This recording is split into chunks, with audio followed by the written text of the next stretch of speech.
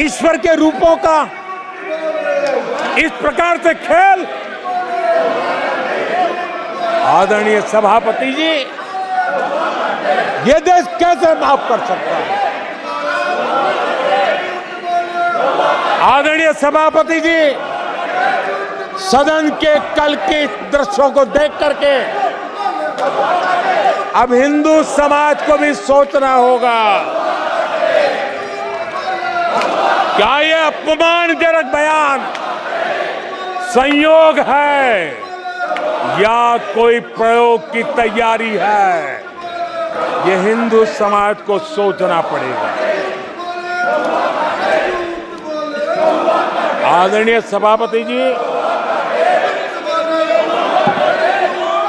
हमारी सेनाएं देश का अभिमान है। सारे देश को उनके साहस और हमारी सेना की वीरता पर गर्व है।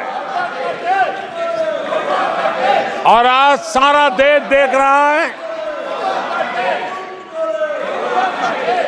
हमारी सेनाएं, हमारा डिफेंस सेक्टर आजादी के बाद इतने सालों में जितना नहीं हुआ, इतने रिफॉर्म हो रहे हैं। हमारी सेना को आधुनिक बनाया जा रहा है। हर चुनौती को हमारी सेना मुंह तोड़ जवाब दे सके, इसलिए युद्ध के सामर्थ्य वाली सेना बनाने के लिए हम भरपूर प्रयास कर रहे हैं, रिफॉर्म कर रहे हैं, कदम उठा रहे हैं, देश की सुरक्षा का मकसद लेकर के। बीते कुछ सालों में बहुत सारी चीजें बदली है।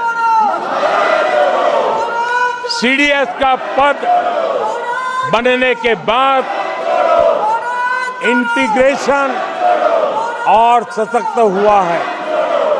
आदरणीय सभापति जी, हमारी सशस्त्र सेनाओं के बीच उनके सहयोग से जो लंबे समय से युद्ध शास्त्र के निष्णातों का मत था कि भारत में थिएटर कमांड जरूरी है, आज मैं संतोष के साथ कह सकता हूं कि सीडीएस व्यवस्था बनने के बाद देश में सुरक्षा के लिए जरूरी थिएटर कमांड की दिशा में प्रगति हो रही है।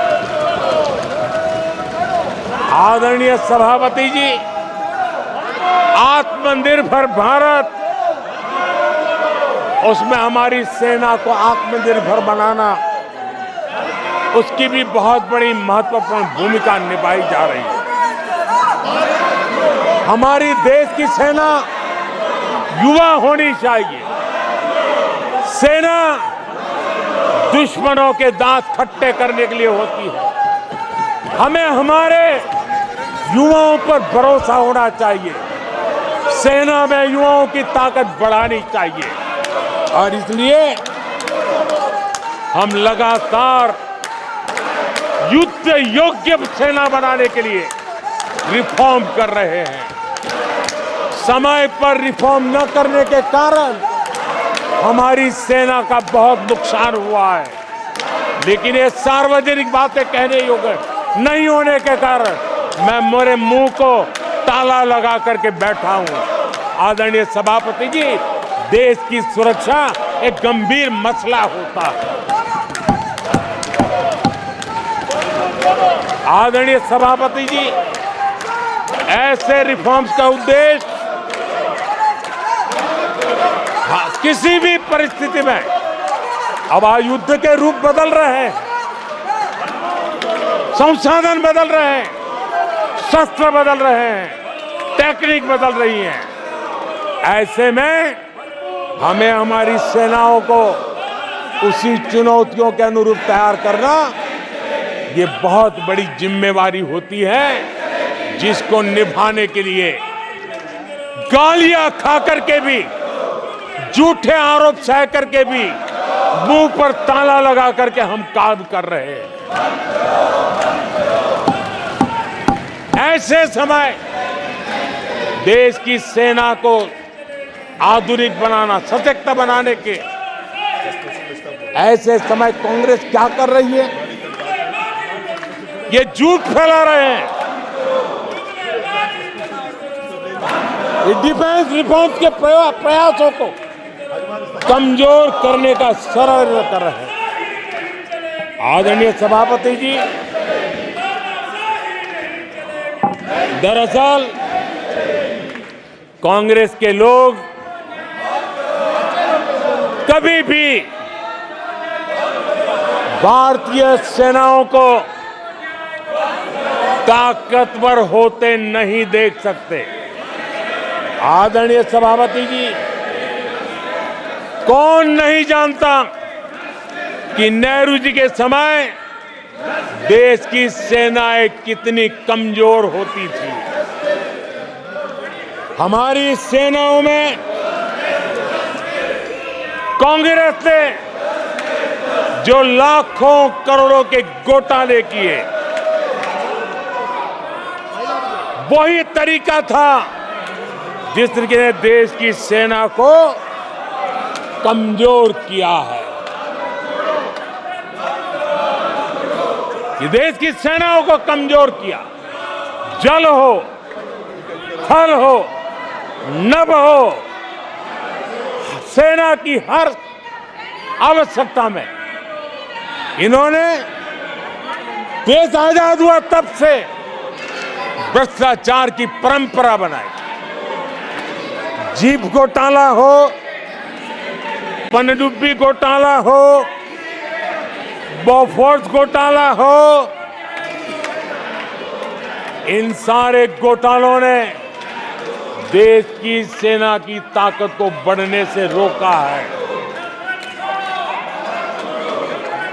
वो भी एक वक्त था आदरणीय सभापति जी, कांग्रेस के जमाने में हमारी सेनाओं के पास बुलेट प्रूफ जैकेट भी नहीं हुआ करते थे।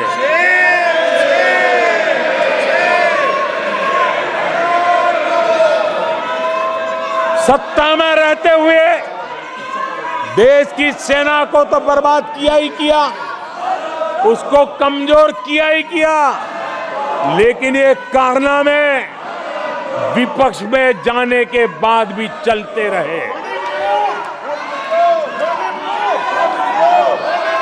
विपक्ष में जाने के बाद भी सेना को कमजोर करने के लगातार प्रयास होते रहे। जब ये कांग्रेस सरकार में थे तो फाइटर जेट नहीं लिए, और जब हमने कोशिश की तो कांग्रेस हर तरह की साजिश पर उतर आई। फाइटर जेट एयरफोर्स तक न पहुंच पाए, इसके लिए साजिशें की गई। और आदरणीय सभापति जी, ये बालक बुद्धि देखिए कि राफेल के छोटे छोटे खिलौने बना करके उड़ाने में मजा लेते थे, देश की सेना का मजाक उड़ाते थे। अध्यक्ष जी, कांग्रेस ऐसे हर कदम का, हर रिफॉर्म का विरोध करती है जो भारत की सेना को मजबूती दे, भारत की सेना को मजबूत बनाए। माननीय सदस्यों, सभा की कार्रवाई माननीय प्रधानमंत्री जी के भाषण तक के लिए बढ़ाई जाती है और सभा की सारी कार्रवाई पूरे होने तक बढ़ाई जाती है। आदरणीय सभापति जी, समय देने के लिए और समय का विस्तार करने के लिए मैं आपका हृदय से आभार व्यक्त करता हूं। आदरणीय सभापति जी, अब कांग्रेस के लोगों को ये पता चल गया है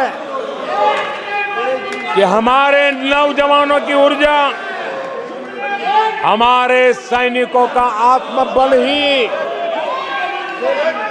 हमारे सशस्त्र बलों की सबसे बड़ी शक्ति है।